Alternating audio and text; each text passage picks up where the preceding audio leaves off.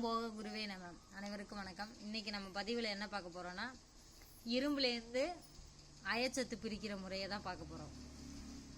இதுக்கு என்னென்ன தேவை அப்படிங்கிறத ஃபர்ஸ்ட் பார்ப்போம்.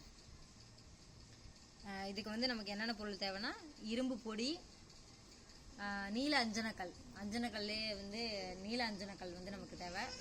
அதே போல் எலுமிச்சை பழசாறு, வெங்காரம், இந்த 4 பொருளும் தேவை.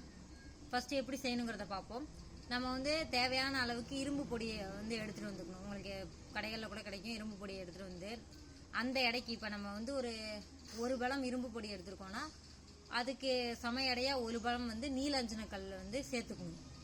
சேர்த்து ரெண்டுத்தையும் கல்வத்தில் போட்டு பழச்சாறு, எலுமிச்சை பழச்சாறு விட்டு 3 ஜாமம் கைவிடாமல் அரைக்கணும். அரைச்சிட்டு அதுக்கப்புறம் என்ன செய்யறீங்கன்னா, இந்த 2 நீல அஞ்சனக்கல்லையும் இரும்பு பொடியும் சேர்த்து அரைச்சிருக்கோம்ல, அது 2 சேர்த்து அரைச்ச அந்த வில்லைக்கு எவ்வளோ இடையில இருக்கோ, இப்போ அது 2 பழம் இருக்குன்னா அதுக்கு சம எடையா 2 பழம் வெங்காரம் சேர்த்து திரும்பியும் கல்வத்தில் போட்டு 3த்தையும் ஒன்றா அரைச்சிக்கணும். எலுமிச்சை பழச்சாறை விட்டு அரைச்சி இந்த வில்லையை வெயிலில் காய வைக்கணும். நல்லா காய வச்சு எடுத்துக்கணும். காய்ஞ்ச பிறகு அந்த வில்லையை 100 எருவில் புடம் போட்டு எடுத்துக்கோங்க. புடம் போட்டு அந்த எடுத்து அதுக்கு பிறகு அந்த புடம் ஆறின பிறகு அதில் இருக்கிற அந்த மருந்தை மட்டும் திரும்பி கல்வத்தில் போடணும். மறுபடியும் கல்வத்தில் போட்டு பொடி செஞ்சு மறுபடியும் பழச்சாறு விட்டு அரைக்கணும். அரைச்சி அதை சின்ன சின்ன உருண்டைகளாக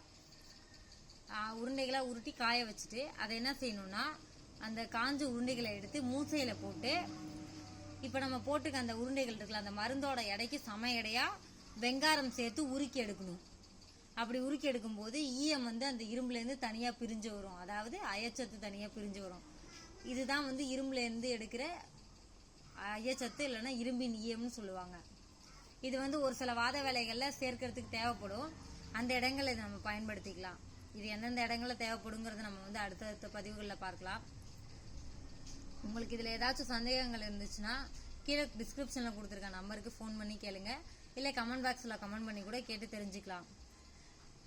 நம்ம அடுத்த பதிவில் சந்திப்போம். நன்றி. ஜெய் காளி.